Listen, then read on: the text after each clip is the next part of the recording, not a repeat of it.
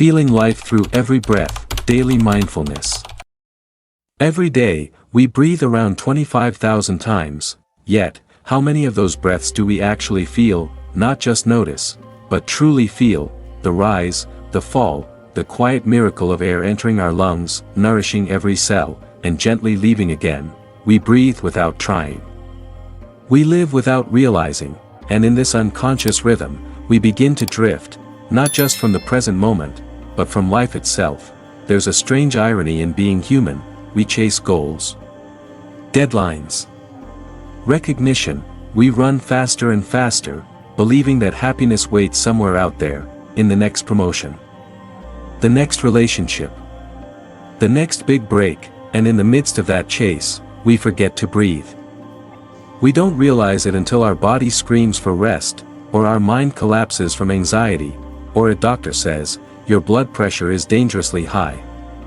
Or worse, until we're lying in a hospital bed, hooked up to oxygen tubes, wondering, how did I get here? This is the breath we ignore, until we can't. But what if I told you, that everything you're searching for, peace, clarity, freedom, has been right under your nose this whole time, quite literally, in your breath? In Buddhist teachings, the breath is not a biological function, it's a gateway, a sacred doorway between body and mind, between the chaos of the world and the stillness within. The Buddha taught anapanasati, mindfulness of breathing, not as a side practice, but as a core path to awakening. Noticing one breath, just one, can bring you back from the spinning thoughts, the regrets of yesterday, the worries of tomorrow. It can return you to now, the only moment where life ever truly happens. Imagine for a second, that every inhale is a new beginning, and every exhale is a gentle letting go. What would your day feel like, if you lived from that awareness? The truth is, we don't need more hours in a day. We need more presence in the hours we already have. You don't need to escape your life to find peace. You only need to return, to your breath, to this very moment, to yourself. Take a moment, and try to remember the last time you were fully, completely present, not distracted, not rushing, just here. Maybe it was watching the sun rise, or holding someone's hand without needing to say a word, or that rare evening when you looked at the stars, and remembered how small and beautiful everything really is, for most of us. Those moments are rare, not because they're hard to find, but because we're rarely here to notice them. Our minds are expert time travelers. 1 minute, we're replaying old conversations we wish we could change. The next, we're worrying about things that haven't even happened yet. What if I fail? What if they leave me? What if it's not enough? But here's a truth we forget: the past is memory. The future is imagination. Only the present is real. The Buddha said, do not dwell in the past. Do not dream of the future. Concentrate the mind on the present moment. Because this is the only moment we're alive, not yesterday, not tomorrow, now. In this inhale, and this exhale, imagine you're walking through a beautiful forest, but instead of looking around, you're staring at your phone, scrolling through worries. That's how we live most of our lives. We're in a world full of miracles, and we miss them, because our mind is somewhere else. But presence changes everything. Presence means, you see the smile of your child, you taste the tea, not just drink it, you hear the music behind the noise of life, you begin to feel again, and when you feel, you begin to heal. You don't need to change your entire life to find peace, you only need to change the way you show up, in this moment. The breath is your anchor, it's always here, no matter how chaotic the world becomes. It's the doorway back to your true home. So the next time your thoughts start to race, pause, breathe, come home to now. Because life isn't happening in the future you fear, or the past you regret. Life is happening right here, right now, in this breath, and it always has been. What if I told you that being mindful is not just a spiritual discipline, it's an act of love, a radical, gentle rebellion against the harshness of this world, the quiet whisper that says, I choose to care for myself, not just survive. We live in a culture that rewards speed, hustle, and noise. We wear exhaustion like a badge of honor. We skip meals, silence emotions, and call it discipline. We numb our anxiety with screens and caffeine, we survive Mondays to chase weekends, and somewhere in that blur, we forget what it means to simply be alive.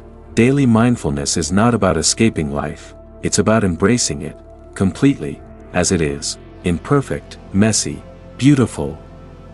To be mindful doesn't mean to sit in silence for hours, it means to show up to your life. Exactly where you are, washing the dishes, feel the water, hear the clink of the bowl, breathe, stuck in traffic, notice the tension in your shoulders, drop them, breathe again, eating a simple meal, taste it, truly, as if it were your first bite on earth. You see, mindfulness isn't something you add to your to-do list, it's the way you do what you already do. It's walking, not to get somewhere, but to feel each step. It's listening, not to reply, but to understand. It's waking up, not just from sleep, but from autopilot. And why is this an act of self-compassion? Because mindfulness gently says, I am worthy of my own attention. I deserve to slow down. I matter, not because of what I achieve, but because I exist. In Buddhist practice, this is called metta, loving kindness. But metta is not only something you give to others, it must begin with you. You don't water a tree from the leaves, you start at the roots. When you bring awareness to your day, even in the smallest moments, you're not just living more fully, you're healing, you're reconnecting with your body, soothing your nervous system, training your mind to rest in the now instead of fearing the next, and slowly, something shifts, you become more patient, more gentle, more alive, not because the world changed, but because you did. So begin small, one mindful breath while brushing your teeth. One pause before answering a text. One deep inhale before opening your laptop. That's enough, that's everything. You don't need to escape to a mountain, the monastery is already within you, and it opens, with a single breath. The body holds stories the mind has long forgotten, every muscle, every breath, every quiet ache, is a memory waiting to be seen. We often think of mindfulness as something that happens in the mind, but the truth is, the body remembers, long before your mind can explain why you're anxious. Your shoulders are already tight, your jaw is clenched, your chest feels heavy, your breath becomes shallow. That's not just tension, that's a message. The body is speaking. The question is, are we listening? In Buddhist mindfulness practice, there is no separation between body and mind, they are one. The body is not a prison to escape, it's a temple to return to. Think about this. You live your entire life in this body, you feel every heartbreak, every joy, every fear, through it, but how often do you come home to it? How often do you say, hello, body? I'm here. I'm listening. Mindfulness in motion means we stop treating the body like a machine, something to push, punish, or ignore. Instead, we begin to move with awareness, with grace, with compassion. Walk slowly, feel your feet touching the earth, let each step be a prayer, a reminder, I am here. Stretch your arms, not to shape them, but to thank them for carrying you through life. Move your neck, your spine, feel the miracle of having a body that breathes, bends, and lives. Even washing your hands can become sacred. Feel the water, the temperature, notice the way your fingers move, be there, completely. In Zen tradition, monks walk slowly, one step with each breath, not to arrive somewhere, but to arrive here, fully present, alive. When you live this way, you start to notice something magical. Your body becomes your teacher. It tells you when you need to rest, it tells you when you're carrying too much, it tells you when your mind is racing faster than your breath. And if you learn to listen, you begin to live differently. You no longer force yourself through pain just to prove your worth. You no longer numb your feelings just to keep functioning. You begin to trust your rhythm, your pace, your inner wisdom. The Buddha walked barefoot, slowly, mindfully. Each step was meditation, each movement, an invitation to wake up. You don't have to sit still to be mindful, you just have to move with love. So walk like it matters, breathe like it's sacred, move like your body is not a problem to fix, but a friend to honor, because it's been with you through everything, and it's still here. Breathing, waiting, for you to come home. Everywhere you look, the world is rushing, the clock ticks, the traffic honks, the emails pile up, the to-do list never ends. We live in a time where busy is a badge of honor, and yet we're losing something. We're losing the ability to be here, in this moment, to feel now, without racing ahead to the next. The noise of the world seeps into our minds, the urgency of the world invades our hearts. But there is another way. You don't have to follow the rush. You don't have to run when everything else runs. In the heart of speed, there is the art of slowing down. Mindfulness is not just a practice for quiet places. It is revolutionary in a world that demands you to go faster. Be more, do more. The Buddha, too, lived in a world of chaos and distraction, and yet he moved through it with unhurried grace. It's not about rejecting the world or escaping the busyness. It's about finding a way to live within it without losing yourself. In a world that rushes, slow down inside. Notice the way your breath moves when you're stressed. Feel the tension in your chest as you rush through your day. Then, take a moment, pause, breathe. You don't need to change the world. You don't need to outrun time. You need to meet it where you are, fully, consciously, with presence. Let's say you're in the middle of a hectic day, deadlines, responsibilities, people pulling at you from all sides. Everything is urgent, and yet, here's a secret: you are not the chaos, you are the stillness within the storm. And just like a tree, the deeper your roots in stillness, the more you can bend with the winds of life without breaking. What if you didn't have to fight the rush? What if you could simply move with it, slowly, calmly, with full awareness? You don't need to control the chaos, you only need to choose your response. The breath, as always, is your anchor. No matter how fast the world spins, it is always with you. And in that breath, you can choose how to meet the world. When the world rushes, let it rush. But you don't have to. Breathe, slow down.